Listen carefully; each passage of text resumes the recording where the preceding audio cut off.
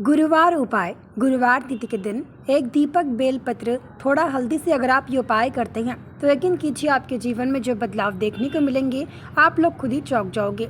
Video पूरा देखना तभी आप समझ पाएंगे, आधे अधूरे छोड़ के मत जाना। चैनल पर नए हो या पहली बार आए हो तो सब्सक्राइब करके बेल आइकन दबाना ताकि हमारा आने वाला वीडियो मिल सके। आप सब ये बात जानते हैं, हिंदू वास्तु और शास्त्रों के अनुसार गुरुवार तिथि आप सबके लिए काफ़ी ज़्यादा पवित्र, काफ़ी ज़्यादा मायने रखता है। जी हाँ, आपने बिल्कुल सही सुना।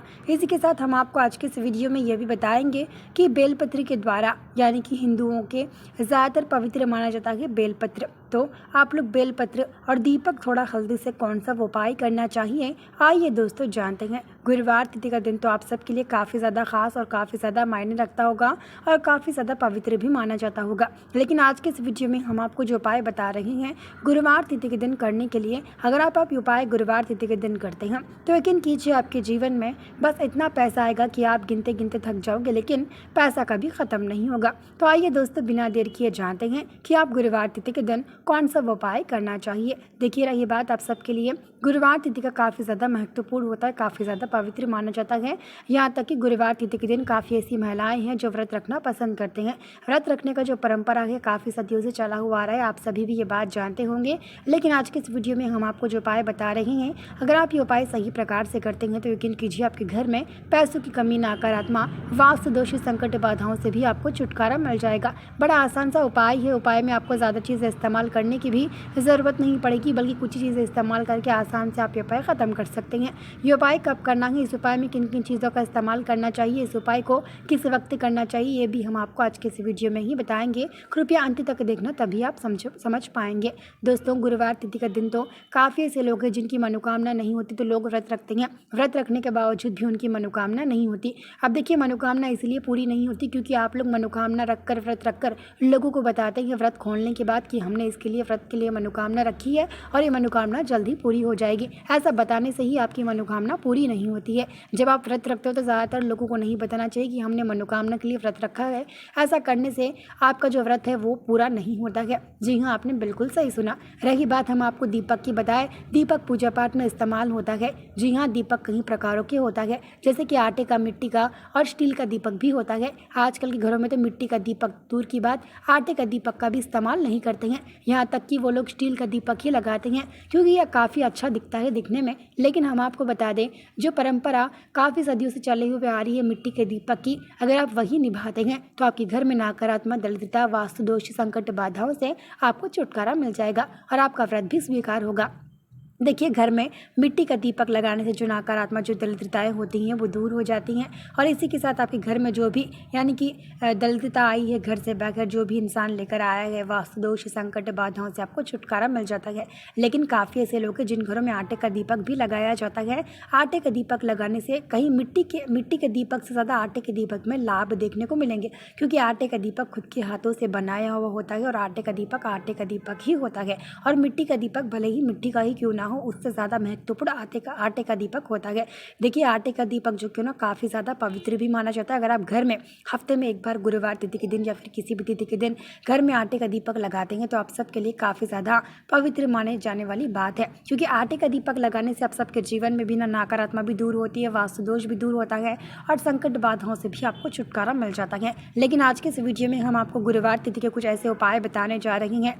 2 उपाय बताएंगे, आप इन दोनों में से कोई भी एक उपाय करेंगे तो यकीन कीजिए आपके जीवन में आपका किस्मत खुल जाएगा और आप रातों रात करोड़पति बन सकते हैं। सबसे पहले समय की बात करते हैं और उपाय में किन चीज़ों का इस्तेमाल करना है। पहला उपाय बताते हैं। देखिए, पहला उपाय आसान सा उपाय है। एक दीपक लेना है, मिट्टी का दीपक ही यहाँ पर इस्तेमाल करना है। आप चाहो तो आटे का दीपक का भी इस्तेमाल कर सकते हैं, लेकिन ये उपाय छोटा सा, इसीलिए इसमें मिट्टी का दीपक का ही इस्तेमाल करना।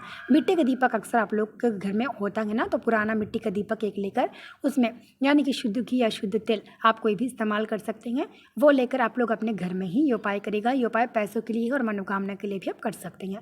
देखिए, अगर आप ये उपाय पैसों के लिए कर रहे हैं तो एक बेलपत्र ले लेना। सबसे पहले बेलपत्र को शुद्ध पानी में धोकर बेलपत्र को नीचे रखना है, उसके ऊपर दीपक रखना है। आप ये उपाय किसी थाली में या फिर किसी प्लेट में, पूजा की थाल में भी कर सकते हैं। एक बेलपत्र पूजा की थाल में रखकर उसके ऊपर आटे का या फिर मिट्टी का दीपक रखकर उसके अंदर, यानी कि दीपक जब लगाएंगे आप लोग तो दीपक लगाकर बाती बनाकर उसमें शुद्ध घी या शुद्ध तेल, सरसों का तेल का भी इस्तेमाल करते हैं ना, तो आप कोई भी तेल का इस्तेमाल करेगा। उसके बाद उसमें आप लोग जब दीपक लगाओ तो उसमें चुटकी भर हल्दी, कस्तूरी हल्दी मिले तो कस्तूरी हल्दी का इस्तेमाल करना। अगर कस्तूरी हल्दी ना मिले तो घर की हल्दी, चुटकी भर हल्दी दीपक के तेल में डालकर दीपक के नीचे बेलपत्र को लगाकर आप लोग अपने घर में जब तक दीपक जले ना, यानी कि तब तक दीपक बूझे ना, तब तक आप लोग उसे लगा कर रखिएगा। जैसे दीपक बूझ जाए, दीपक की बाती और बेलपत्र को दोनों को आपस में मिलाकर आप लोग इसे कहीं भी घर से दूर बगैर 7 कदम या 12 कदम दूर घर से ले जाकर एक मिट्टी में डालकर, यानी कि अच्छी जगह मिट्टी में झाड़ के पास डालकर घर बिना पीछे मुड़े घर वापस आइएगा। आप इसे ले जाकर अगर गंदी जगह डालेंगे, नाली में या फिर थूकती जगह डालेंगे तो आपको काफ़ी ज़्यादा श्राप भी होगा और उससे पाप भी लगेगा। ऐसा बिल्कुल भी नहीं करना चाहिए। यह उपाय समाप्त होने के बाद आप बेलपत्र और दीपक के अंदर जो बाती लगाई है उस बाती को बेलपत्र को आपस में मिलाकर घर से दूर बगैर 12 कदम या 7 कदम दूर ले जाकर अच्छी जगह देखकर झाड़ों के नीचे रखकर बिना पीछे मुड़े घर वापस आ जाना है और घर वापस आकर हाथ और पैर मुंह धो लेना है। उसके बाद उस दीपक में जो हल्दी वाला तेल है अगर वो ख़त्म हो गया तो अच्छी बात है, अगर ख़त्म ना हुआ तो उसको आप लोग शुद्ध पानी से धोकर कपड़े की सहायता से दीपक को पोंछ कर रख देना है। अब हम आपको दूसरा उपाय बता दें, समय की बात करते हैं। देखिए, पहला उपाय भी आप इसी समय करना है, दूसरा उपाय भी आपको इसी समय करना है। वो समय है आप लोग सुबह, यानी कि जो पहला उपाय है सुबह 9 बजे से 12 बजे तक कर सकते हैं, सुबह 9 और दोपहर के 12 बजे तक करिएगा। जो दूसरा उपाय है वो शाम 3 बजे से शाम 7:30 बजे तक कर सकते हैं। देखिए, आपको इन बीचों में ही 2 उपाय करना है। अगर आप पहला उपाय 12 बजे नहीं कर पा रहे हैं, यानी किसी समस्या की वजह से, तो आप लोग जो पहला उपाय है वो 3 यानी कि 1 बजे से 3 बजे तक कर सकते हैं और 3 बजे से 7:30 बजे तक जो दूसरा उपाय हम आपको भी बताने जा रहे हैं वो उपाय करना है। समय का अगर आप ध्यान रखेंगे तो आपको और भी ज़्यादा प्राप्त होगा। हालांकि उपाय गुरुवार तिथि के दिन आप कभी भी कर सकते हैं, लेकिन अगर आप समय थोड़ा समय का लिहाज करते हैं तो आपको और भी ज़्यादा पैसा प्राप्त होता है और मनोकामना भी हो तो आपकी मनोकामना भी पूरी होगी। तो दूसरा उपाय बिना देर किए आइए दोस्तों जानते हैं। देखिए, दूसरा उपाय बड़ा आसान सा है। आपको ये उपाय में ना सिर्फ आटे का दीपक ही इस्तेमाल करना है, यहाँ पे मिट्टी का दीपक का इस्तेमाल नहीं करना। अगर आपके पास समय नहीं है, आटे का दीपक बनाने नहीं आता, आप लोग मिट्टी के दीपक का इस्तेमाल कर सकते हैं। तभी जब आपकी कोई मजबूरी हो, आपको आटे का दीपक बनाना नहीं आता, तभी आप लोग मिट्टी के दीपक का इस्तेमाल करेगा, वरना तो आप आटे का दीपक का ही इस्तेमाल करेगा। एक बेलपत्र को नहीं, आप लोग यहाँ पर आटे का दीपक लेना है।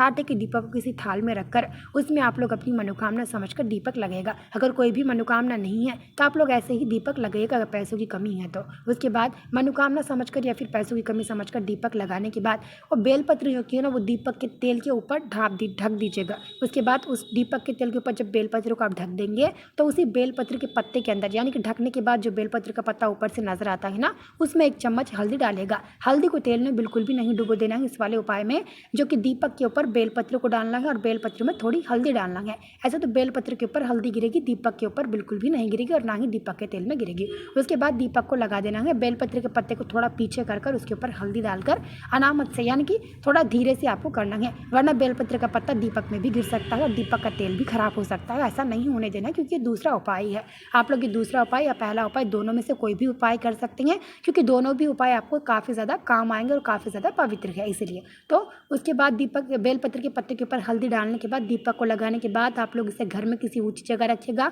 खास करके आप ये उपाय रसोड़े घर में कर सकते हैं, घर की छत पर भी कर सकते हैं।